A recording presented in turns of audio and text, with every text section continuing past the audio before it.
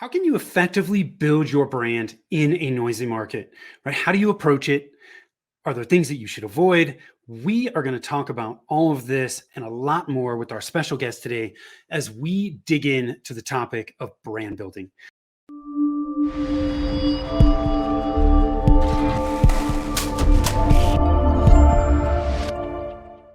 Hi, I am Tim Fitzpatrick with Rialto Marketing, where we believe you must remove your revenue roadblocks to accelerate growth, and marketing shouldn't be difficult. Thank you so much for taking the time to tune in. I am really excited to have with me Priscilla McKinney from Little Bird Marketing. Priscilla, welcome, and thank you for being here. Before you speak, it looks like you're on mute, so I just want, there we go. Awesome. I love it. Priscilla, how are you? I'm great. I just like to keep myself on mute and like to, give you the full attention when Yeah, there you go. I'm super excited. We have so much in common, and I think just riffing off each other as two professionals who are really at it every day is going to be super fun. Yes, I'm looking forward to talk about brand building. I told you before we jumped on, I don't talk about brand building all that much. So I'm excited to talk about this. Before we do that, I want to ask you some rapid fire questions, help us get to know you. You ready to jump in here? Anything. I got my finger guns. I'm good to go. Okay. So when you're not working, how do you like to spend your time? 100%. I love to be on my boat sailing with my husband. So if other people want to come, fine. I don't care. But that's where I want to be. I love it. And you're in a landlocked state, right? Yeah, we have a beautiful lake. We have a Stockton Lake near us. It's a hidden gem here in Missouri. It's actually where America's Cup used to train. So it's not too shabby. I like it. Okay, very cool. I love it. What's your hidden talent? The best one I have is that I can recite the alphabet backwards. And let me tell you, if you're ever trying to corral a rowdy group of teenagers or young kids, this is like a real, this comes in handy. It's real.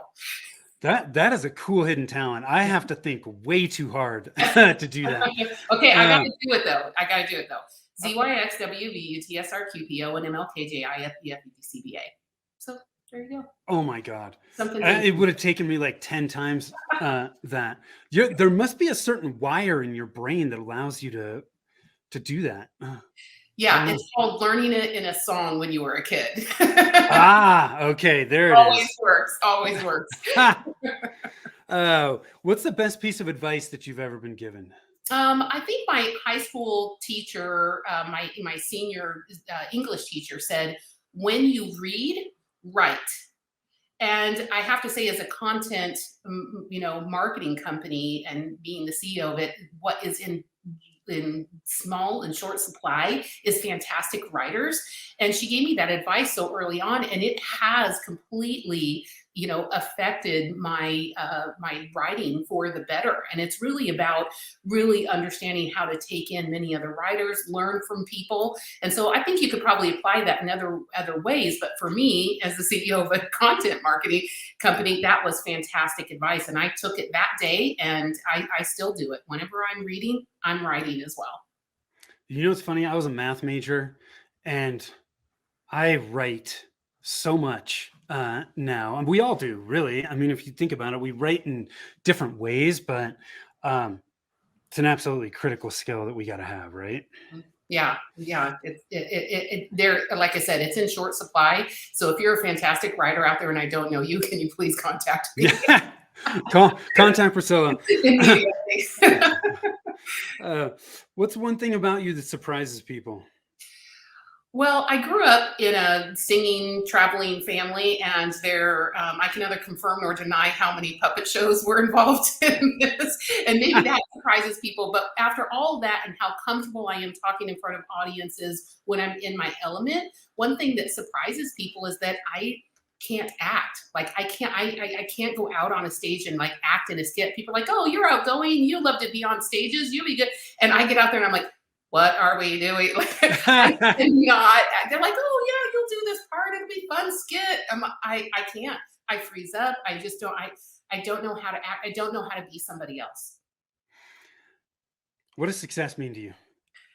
People have a lot of lofty ideas about this, but I got to tell you, since I have opened my business 12 years ago and had employees, I have met payroll every Friday. And that is complete success. These people Okay. depend on me. I depend on them. And I have never once shirked my financial responsibility to my employees. And that to me is massive success. Yeah. Whenever I've had friends come to me and they're like, yeah, my boss told me that my paycheck's gonna be delayed. And I was like, you better go start looking for a job ASAP. Yeah. That's 101 right Yeah. there. Yeah. Yeah, that's not a good sign. Where's your happy place? Well, I think it's on the boat for sure. But let's be more specific. It's on a boat with a drink in my hand and Okay. a book in the other hand. Okay.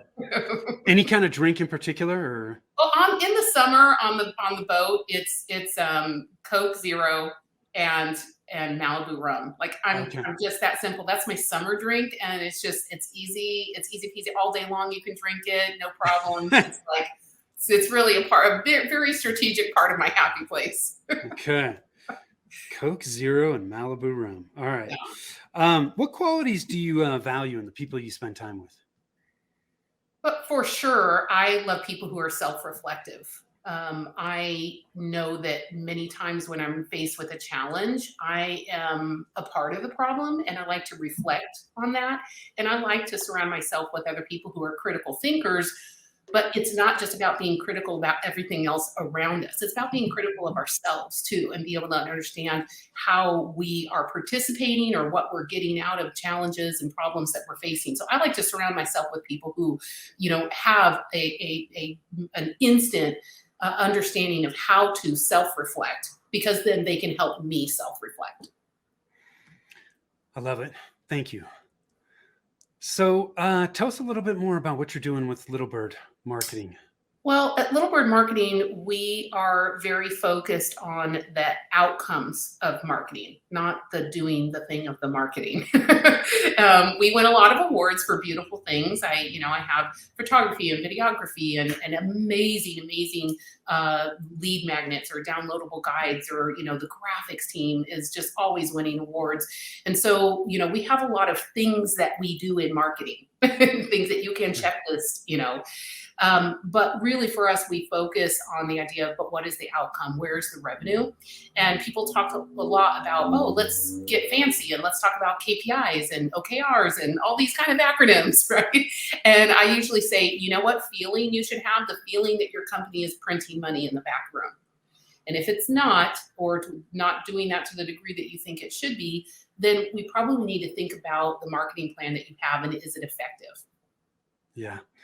I love that. I always talk about, all that stuff is great, but is it leading to new customers Right. that are generating revenue? If it's not, then something's out of alignment and we got to go back. Because Right. Priscilla, you and I see this all the time. There are plenty of marketers out there that, you can spit out all kinds of metrics that make things look good, but those things don't always translate to leads that are converting to customers. And if it's not, then who cares? Well, also people see that. So other owners see that and they'll come to me and say, oh, such and such company is doing this. Can you do this for us? Well, Yeah. First of all, I love money. And yes, I can do that for you. But the question is, would I? Because it may not fit your strategy, number one. And then number two, you don't know if that company's losing their shorts doing that. Yeah. Unless you're privy to, their P&L, you don't know how to evaluate the efficacy of their marketing. And so just going to another marketing agency and saying, hey, I like what I see such and such doing, let's do that. That mimicry is not always the best plan forward. Now, it is important to know what your competitors or other companies are doing and the degree to which it actually fits into your strategy and can be measured to some degree or in a degree that would be valuable to you, then yeah, let's do it. But just doing it because you see other people doing it is a big mistake I see happening a lot. Yeah. Well, Dan Kennedy talks about, he's like, look, 80% of people that are marketing aren't getting results. So why would you copy most people? That's pretty fair. Yeah. I remember when I read that, I was like, that is That is really good. It's like so right in front of our face. And Mhm, if you know or follow Dan Kennedy at all, you know he doesn't mince words. So mhm. it's yeah. So be careful who you copy. Um, Exactly. so before we jump into brand building, this first thing that we're going to talk about is brand lift. Can you give us an idea, just like what brand lift actually means? Well, I break the word lift down to kind of thinking about what do we mean by lift? And I kind of think like lift off, or like maybe the better word would be traction, right? Yeah, Because lift off or lift kind of is like, okay, it's this one movement and it's up. yeah, But really, what I'm trying to get a little bit more is this traction, which is the slow and steady over time. Because, the rocket ship has to kind of like, has to yeah, like, idle the engines and whatever it is a rocket ship does. I'm not a rocket scientist, obviously. Otherwise, I would probably see this for a beautiful metaphor. But right. when it does take off, it's like immediate. And so I don't like the word brand lift because people get that idea of immediacy. And I like the idea of traction because I think it helps people slow down for a minute and say, what we're looking for when we say brand lift Yeah, is that we want our lift to come along on the revenue journey with us. Like if yeah, we want the brand to be meaningful, not just like, okay, well, someone bought a widget because they needed a widget. No, they bought this because it happened to be Little Bird Marketing widget. And yeah, somehow my brand was important. My brand contributed to that revenue, journey. And so I think about that lift like I think traction is just a little bit of a better word, but I think what it needs to be is moving. Either way, we agree that it's movement in the right direction. And I will say one other thing about brand lift when I talk about it with people, a lot of times people are getting brand lift, but they're getting it at the wrong time. This is interesting. Maybe a little bit more complicated conversation, but I see that people who come to us in general, if I could just yeah, overarchingly state, they're stuck. Something's not working, right? right. And so they give up and say, "Hey, we need you." And a lot of times, what I find is that they may have been doing uh, some of the right things, but they were doing them at the wrong time. And so sometimes they can experience some brand lift, but they lifted the brand before they had any of the other pieces in place. And so it couldn't get traction. And so the brand lifted and then it fell right back down to, the landing pad and didn't shoot into space, if we're going to take that metaphor all the way Yeah, yeah, to the rocket ship. And so brand lift to me is not just as important as brand lift sustainability. And that's kind of where I come with traction. But, I think it's a very valid term. And I think we need to think about that because a lot of times people at the beginning are thinking, but how do we kind of get going? So yeah, that lift is super important. But once you've lifted the brand, I just ask, well, what do you want someone to do about that? Now that we have this exposure and people are looking and we have something meaningful, are you ready for them to take that next action or not? yeah. You touched on something here that I think is easy for a lot of people to overmiss or to overlook, which is the what you do in marketing is just as important as the sequence. Frankly, the sequence I think is more important than what you choose to do. And so it's if some of those things are out of alignment and you're trying to increase your brand awareness, but you're doing it at the wrong time. Um, you can't it's like a bird that's just trying to learn how to fly, right? And it's flapping its wings, but it's not getting anywhere because it doesn't have what it needs to actually get up off the ground. 100%. And I think that people, because they are been told or maybe even shamed into looking for certain KPIs, they feel like they're doing their due diligence with their brand if they push on those lift things or if they push a marketing company to get these certain KPIs going. And so I'm all for it. Listen, I love KPIs. I have great resources that kind of help people understand them and really, carve out a good plan for what KPIs would be meaningful to you. It's not that I don't think they're meaningful. I just think that they need to really, understand what is the ultimate goal. And did I create a pathway for the entire journey, or did I just work on the lift and now we're here? And Yeah, then all of a sudden we got a lot of people that might be interested, and now we're like, oh my God, what do we do with all these people? Like we put them at a bus stop, but we didn't, schedule a bus to come by. Right. It's like, Yeah. okay, well, these people are only going to stay at this bus stop for so long. And So what I'm hearing you say is they've started the lift, but then they don't have the rest of the path laid out that they want people to go down. exactly. That happens Gotcha. so often, so often. Or what I hear even more often is that they have hired a certain vendor, like maybe a lead gen specialty vendor. Is like, okay, well, give me a lot of leads. That would be, we got to solve that problem. We got to solve that problem. Okay, we solved that problem. Okay, well then like the lead generation place delivers a bunch of leads and they're like, oh, our salespeople don't know how to close them. Oh, okay, get a vendor to come figure out how to close. Like, so they're planning it as they're going along the journey. That is like the stupidest thing to do, which is to build the airplane as you're flying. And I know a lot of people feel very proud when they say that statement. Oh, we're just out here. It's the Wild Wild West. We're building this airplane and we're flying. Frankly, I don't want to get on a plane that's not already built. Yeah. Please get me off this thing. And as an owner and an operator, as an entrepreneur myself, I can't think of a worse experience than having to build the freaking plane as it's flying. Like, that's terrifying, and I never want to put myself in that situation. Yeah. I agree with you on that. So with brand lift, right? The market in general is noisy. Even individual verticals are incredibly noisy. What does it take to start to get brand lift?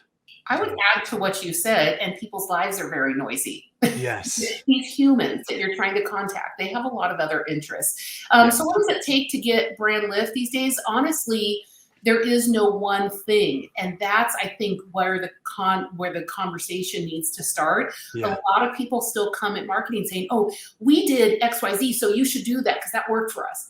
Well, first of all, what worked for you will most likely not work for another company. And then secondly, I guarantee you that wasn't that one thing that you did that worked. Yeah. Anymore, marketing is not one thing, it's a million little things, right? And so when I think even about something as simple as writing a blog, right? That sounds like everybody, freaks out like, oh, I don't want to write a blog. I get that. But once they get over that, they think, oh, I'm going to sit down and write the blog. No. It's about 52 items that you need to do, and I'll just throw a few of them out where people go, it's overwhelming. First of all, we've got to know who's my audience. Did I do persona development? And that persona, if I actually speak to them, what are they going through? What is keeping them up at night so that I can actually speak to that audience? When I speak to that audience, where are they in their journey? Are they in just an awareness stage, or are they actually considering a solution, or are they making a decision? Like, how could I help them? How could I couch this blog? What keywords should I use? Is my title under 60 characters? Does it have, keywords to help me be found? When I actually write it, do I have some kind of a helpful guide in order to give a logical next step for somebody embedded in that many sentences in the blog? Do I have other hyperlinks I can do to other things that I've written that would be helpful? When I write the social, do I have the graphics? Do I have inline graphics that make it interesting to read? Do I know what hashtags I should be using for the social? So writing a blog, someone would come to another owner and say like, well, the way we got lift off or the way we got success was we started writing a lot of blogs. That's not one thing. Yeah. Right. Yeah. Yes. No. There's a lot of moving pieces. It is. And it really is a customized casserole that you've got to make for a client. And so one thing just isn't going to cut it anymore. The biggest thing I'm taking away from what you just shared is one, and I talk about this all the time, there is no one size fits all plan, period. Like, we are all in different places. Even if you and I were working with an accountant or two different CPA firms, the plan for those CPA firms is not going to be the same. They are starting at different places. They have different goals. They have different resources. They have different budgets. Certain marketing tactics may resonate better with one over another. Like, if I tell one, like, dude, you got to start doing video, and they're like, hell no, I'm not doing video. You can't do that. So no, and then some people people want to do a lot, like that. You have to think about even the personalities, what Yes. you have to do to work with in terms of the human assets that you have at that company. Some people are great going on a podcast. Somebody would completely bomb that. Yeah. You cannot come up with the same plan. Now the structure is the same. And Yeah. anybody can crib this from me. Here's my gift, right? No matter what you're doing, you don't have to work with us, but you do need to get things in order, like I mentioned. And so we use the acronym SOAR, SOAR, strategy first, next organization, next accountability, and then repeatability. People come to me and they want to talk KPIs. Hey, whoa, that's repeatability. Like we're not even there yet. Yeah. Let's move back to the S, to the strategy. And that is where you say there's no brown bag solution here. We have to assess, where are they now and where do they want to go? So for example, even with our 2 CPAs you mentioned, one of them might be saying, yeah, and I want this to be a lifetime, a lifestyle business that is just, I need to bring it up another level. Like I need to add an admin and I need to maybe raise my salary by about 40%. Those are my goals. And my other client comes to me and says, yeah, we're $1 million company and we want to be a 12 in 5 years and we want to sell. Those Totally are different. totally different goals. And so I'm going to use SOAR for both of them. But what I actually recommend is going to be wildly different. Yeah, the framework. Well, I love, Priscilla, how you touched on strategy. As a fractional chief marketing officer, everything I do starts with strategy. Mhm. You touched on this a little bit earlier. It all starts with your audience. Who's your target market? Who are your ideal clients within that market? What is your message to that market to grab their attention and their interest? I really think of those two things like fuel. And then like you can pick any of the various marketing vehicles that are out there.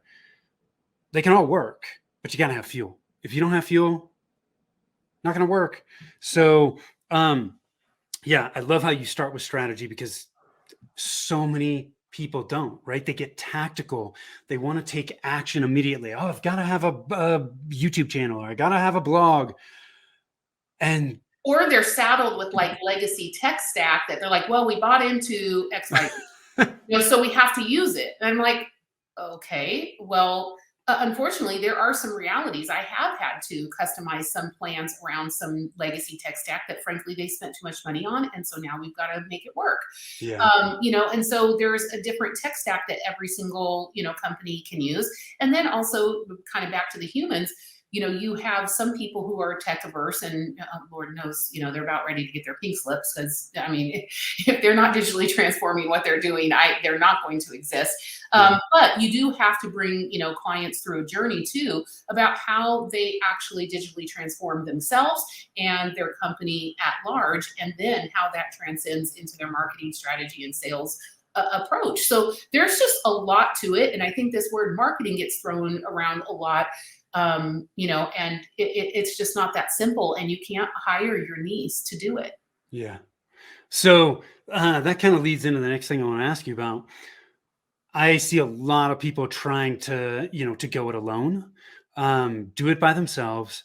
Why do you think people try to do this? Well, the psyche about why people do it is probably very interesting, and it's probably varied. First of all, I think there are a lot of people in either marketing or in entrepreneurship who I think probably suffer from imposter syndrome.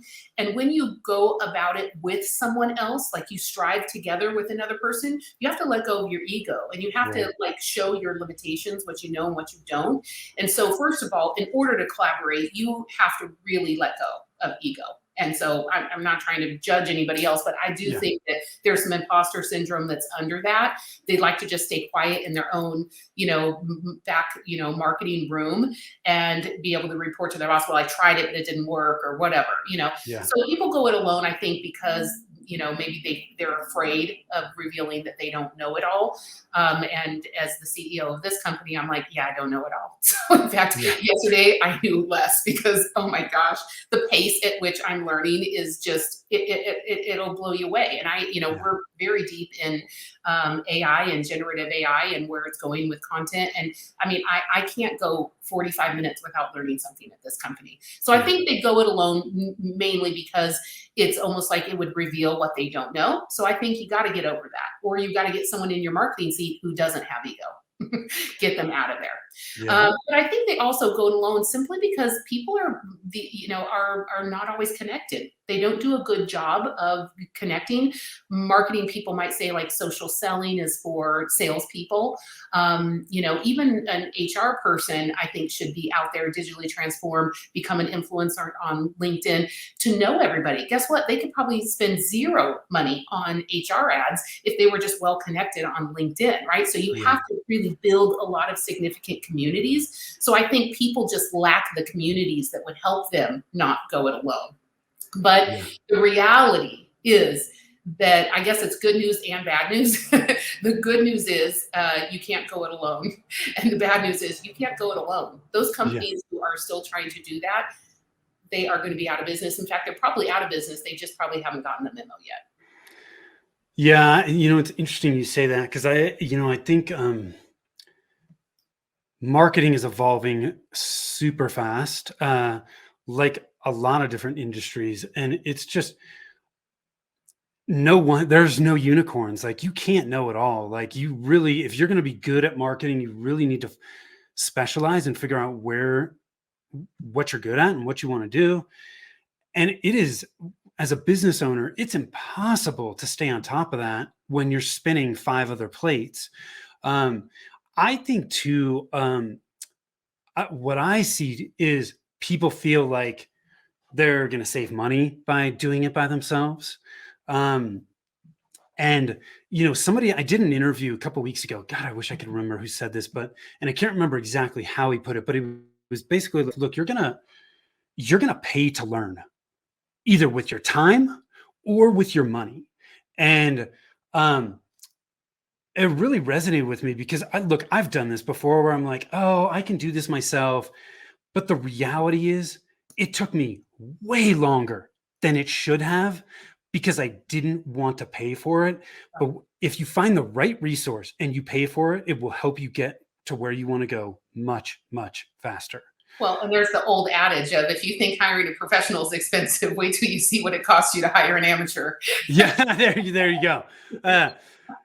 Same concept, right? Yeah, so sure. it's, I think we should be spending our time figuring, and this is not just marketing, right, Priscilla? I mean, this is every aspect of our business. Finding those people, whether they're in-house people that we hire or outsourced resources, finding out where those resources are, and then taking advantage of them, because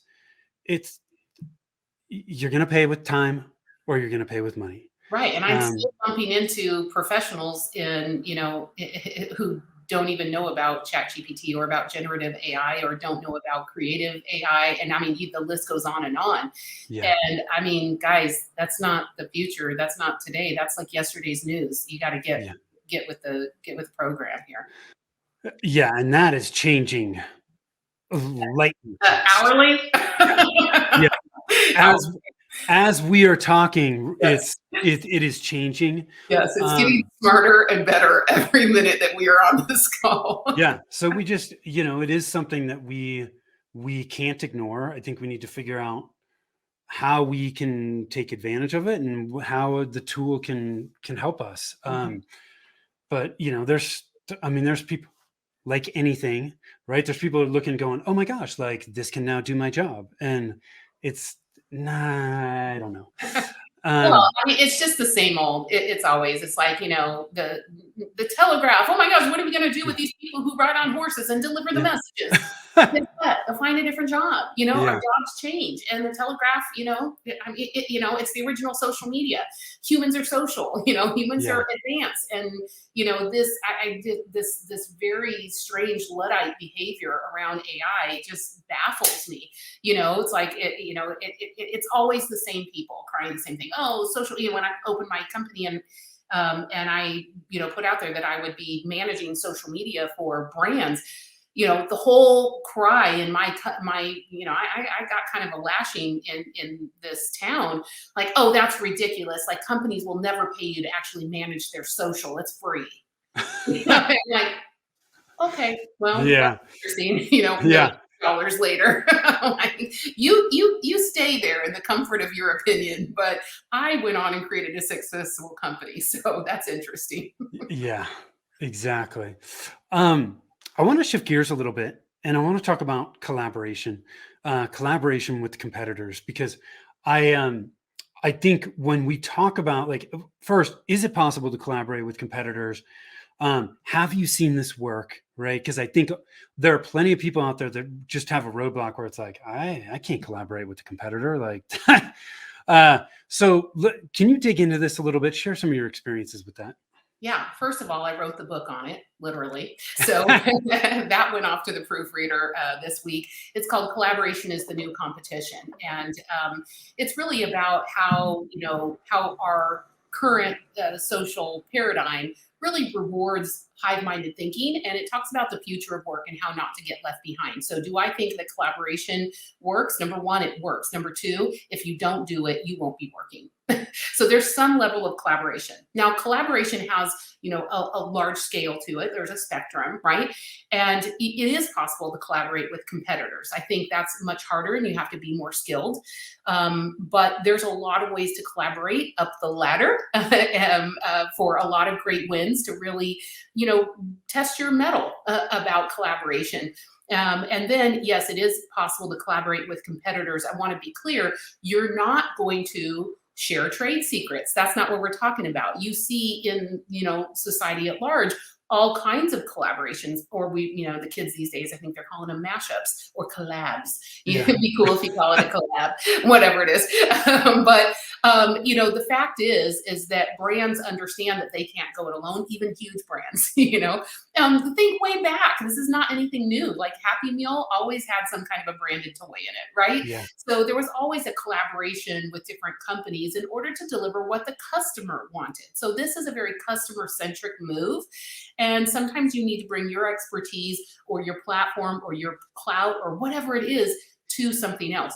But I'll give you an example of a really great competitor collab. I had a client who does in-person field work. And that means when you have a focus group and you want to ask humans what they think about your product, service, whatever it is, you bring them together face to face and you ask them about it, or they play with the technology, or, someone tests out the medical device, whatever it is. So obviously during COVID, face to face was plummeting, right? I mean, how are you going to get people together? They don't want to be next to each other. And so as a global industry, this face-to-face industry was very hurt. I was called in by my main client, and instead of asking us to create a plan to dig them out of what was being, thrust upon them by a global pandemic, they brought together many of their competitors and said, Priscilla, what we would like to do is we'd like for you to work for all of us and basically get brand lift on the entire industry. So think like the Dairy Council of America. Yeah. Right?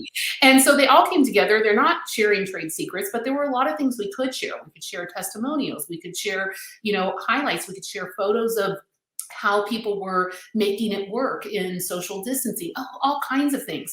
And so this was such a cool opportunity. And it was something that happened now several years ago. But even through that, they created this hashtag face-to-face MRX, and MRX in our industry stands for market research. And that thing has had a life of its own. 3 years later, it's like been used, I don't know, over 100,000 times. And it's created an industry lift for many brands. And so they came together and pooled their money to say, hey, don't save one of us, save all of us. Yeah. And that's such a beautiful thing. It's such a really interesting way of approaching it, and just giving them a shout out. The company is Fieldwork, and they're very much at the top of their game, but they have a lot to lose and a lot to gain. And I guess that's the last thing I'd say about collaboration and why it's so important. But people don't like it, or they kind of bristle when I say the word collaboration, because they've been put in things that have been called collaboration that were not collaboration. True collaboration means that you come to the table with something to lose and something to gain, and you are willing to check your ego at the door and share your card, like put your cards on the table, and that you have a vested interest in it succeeding. Those are my tenets of collaboration. And if there's anything that you've been doing that don't have those tenets, I would not call it collaboration. But, well, that example too, Priscilla, like they obviously came into that with more of an abundance mindset, right? Like there's so much out there.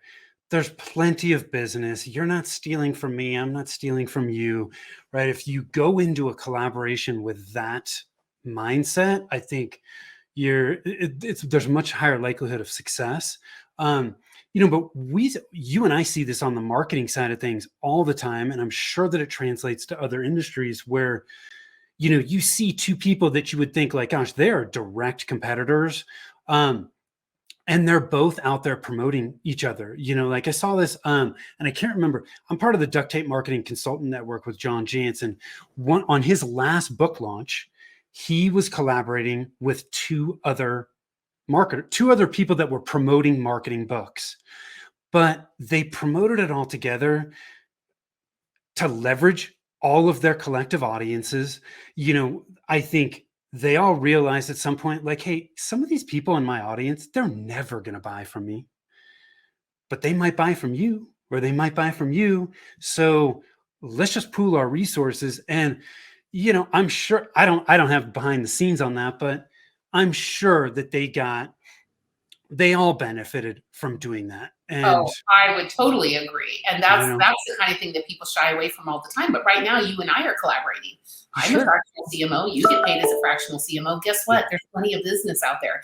And it raises your clout to be talking to me, and it raises my clout to be talking to you. Yeah. We're both experts, and we respect each other's opinion. We're gaining things for our own followers while we're doing this, and we're being exposed to each other's carefully curated audiences. Yeah. And this is a win-win. And where I like to go with collaboration is like, okay, you and I can do this win-win. Start with these win-wins, because this is what you can learn how to do better at it. Hey, Tim wants to be on my podcast. Great, I'll be on your podcast, you be on mine. What else can we do? Hey, can I help you push one of these other resources you have? Or can I do? You lead with some giving. Right. Yeah. And you cannot believe how that comes back exponentially. But the great thing is, once you've tested that a few times, then you can start going, well, how can I get a win-win-win? Well, how can I get a win-win-win-win-win? And to the case of what I just explained, that was 25 companies that came together and got a 25 times win. And you better believe that those people are respected in that industry at a greater level, because they weren't selfish and they acted for the good of the industry. So there are a lot of wins. Not every single one of the wins is going to be revenue, but it can be about influence. It can be about clout. It can be about reputation. So you need to really understand, what are all the levers that need to be pushed in marketing. It's not just money. No, it's not. And, I think every time I talk to another marketer, I always learn something. Right. And hopefully I'm adding some value, and they're learning something as well. I think most of the time it's a pretty mutual exchange. Like, we don't have all the answers. You touched on this early on in our conversation, like, you can't go at this alone. And the first business I was involved in, that I was a partner in, we collaborated with other wholesale distributors in other parts of the country. They were not direct competitors. We actually ended up partnering together. But damn, every time we got together, it was a mastermind. There was somebody that was a little bit further ahead. Some people were further behind. But no matter where we were at, we always learned from each other. And it just, rising tide lifts all ships, right? Or whatever, however you want to put it. We just helped each other rise to the top. Right. So, and I think that happens in industries, and that's kind of the more likely place to find it. And where I like to do collabs and really get interested is outside of your industry. Who can you collaborate with that would be unusual, but you would also provide an unusual amount of lift, right? So I think there's a lot of ways of doing it. You got to start small. But once you get that bug, that collaboration bug, you can't see it any other way, because you realize, oh my gosh, it takes so much, like we talked about, to get brand lift. Like, it is such a noisy environment. If I go it alone and I just think about me creating my audience over, all the years, I think about going back to the beginning of my podcast, my first podcast, we're at like 400 episodes. That's blood, sweat, and tears, man. Yeah. Why wouldn't someone want to come to me and say, hey, Priscilla, it would be worth it for me to be on your podcast? You have 400 episodes of, loving and taking care of your audience, they respect you, and you're going to have me on. I'm going to get that immediate clout and that immediate professional legitimacy. What can I do for you then? To understand really what it is. But working outside of your industry, I think, is the next step that people can take if they really want to, see if they are made of the right stuff in terms of collaboration. Yeah, cool. I love it, Priscilla. Any last minute thoughts you want to share with us before Well, you touched on one thing that we weren't planning on talking about, but it's about, like, you really can't do what you need to do in marketing anymore if you're not connected, and people really do not pay attention to this. Our networks are shrinking on the whole professionally. Then COVID really shrunk our networks. Yeah. And also, I think that we're not teaching younger people to come in the industry and network quickly enough. A lot of people say to me about being on LinkedIn, oh yeah, I look around. I'm like, you look around? Like, no, you should be every day actively connecting. I teach, cohorts of teams how to become social influencers on LinkedIn. And it takes a long time. It's a 3-month course. And, I love doing that with teams. But the reality is, you cannot move your personal career brand forward. You cannot move your company brand forward if you are not connected to people. Yeah. And so isolation is the killer of collaboration. It is the killer of revenue. And honestly, I think it's the killer of why people become unhappy at work. And, we could go long and hard about this idea of being connected, but it is so important to me. And people usually think, oh, that's for those extroverts. That's for the crazy people. No, it's for everybody. And you need to figure out a way as an introvert to excel. And I've taught many, many introverts how to excel and be very strong influencers on LinkedIn, but you cannot have the next great idea in marketing, in sales, in HR, whatever your role is, if you are sitting at a desk and you are isolated. So you have got to get out on LinkedIn, build the right networks, which means you have to take care of people. You can't just go out and take, you have to have that abundance mentality. And you have to build those networks. So I guess that would be kind of a parting shot, from me, is that networking is so underrated and is 100% the name of the game, in my opinion. Yeah. All it takes is one relationship to completely change the direction of our businesses. So yeah, relationships, super, super important. Where can people learn more about you, Priscilla? Well, having just said that about LinkedIn, I'm always on LinkedIn. It's very easy to catch me there. littlebirdmarketing.com/resources. We give away so much free stuff there. You don't have to work with us. We won't pester you. We're not weird salesy people. So go download a bunch of resources that would help you or help someone on your team. And also, if you want just a free video about what does social influence look like, I also have under our website, which is littlebirdmarketing.com, there's courses, and there's a social influence course. There's an actual free video on there that can help people, like, what could I do today to really get started and understand how I could change my thinking about my experience on LinkedIn, my experience online as a professional. I love it. Head on over there, littlebirdmarketing.com/resources. We will make sure that is in the show notes. Priscilla, thank you so much for taking the time. I've enjoyed this conversation. We touched on a lot more than I thought we were initially going to, which is great. There was tons of little nuggets in this episode. So if you missed them, go back, rewatch, re-listen to it. Again, Priscilla, thank you. Those of you that are watching, listening, I appreciate you. If you want to connect with us, you can do that over at rialtomarketing.com. As I said, we talked about a lot of things, but Priscilla touched on target market, messaging. We talked about, lead gen through, building your brand, content. All of those things are within the 9 revenue roadblocks that we help clients remove so they can accelerate growth. If you want to find out which of the 9 are slowing down your growth, you can do that over at revenueroadblockscorecard.com. Again, thank you for watching and listening. Till next time, take care.